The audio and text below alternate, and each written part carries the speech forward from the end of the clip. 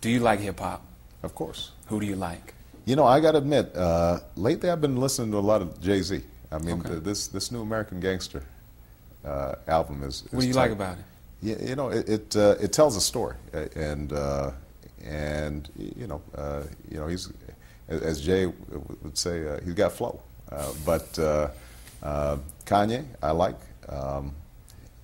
You know, but I have to admit that, you know, I still am an old school guy. Mm-hmm. You know, I'm still, you know, Stevie, Marvin.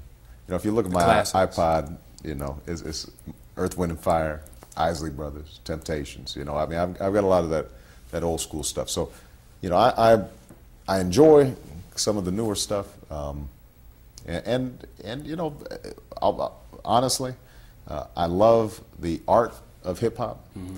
I don't always love the message of hip hop. Sure. You know, there are times where even on the ones that even with the artists I named, the artists I love, you know, there's a message that is not only sometimes degrading to women, not only uses the N-word a little too frequently, mm-hmm. but also something I'm really concerned about is always talking about material things. You know, always talking about how I can get something. You know, how you know, I've got more money, more mm-hmm.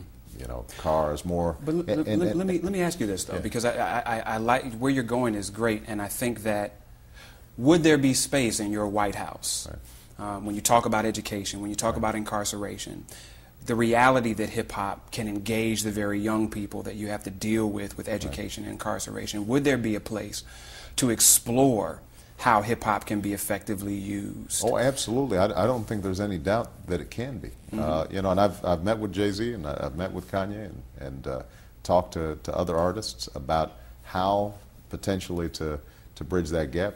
And, you know, I think the potential for them to deliver a message of extraordinary power that gets people thinking. I mean, you know, the thing about hip-hop today is it's smart. I mean, you know, it's insightful. You know, and they, you know, the way that they can communicate a complex message in a very short space is remarkable. And a lot of these kids, they're not going to be reading the New York Times. Right. You know, that's not how they're getting their information.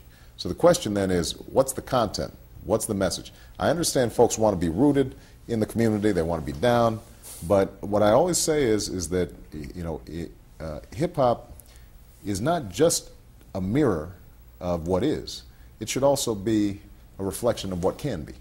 And you know, a lot of times folks say, well, I want to keep it real and I want to be down. And then we're just trapped in, you know, what is.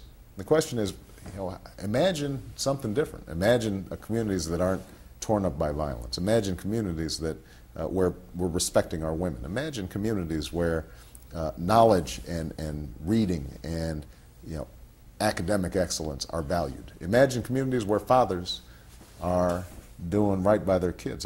You know, that's also something that has to be reflected. We don't. Mm-hmm.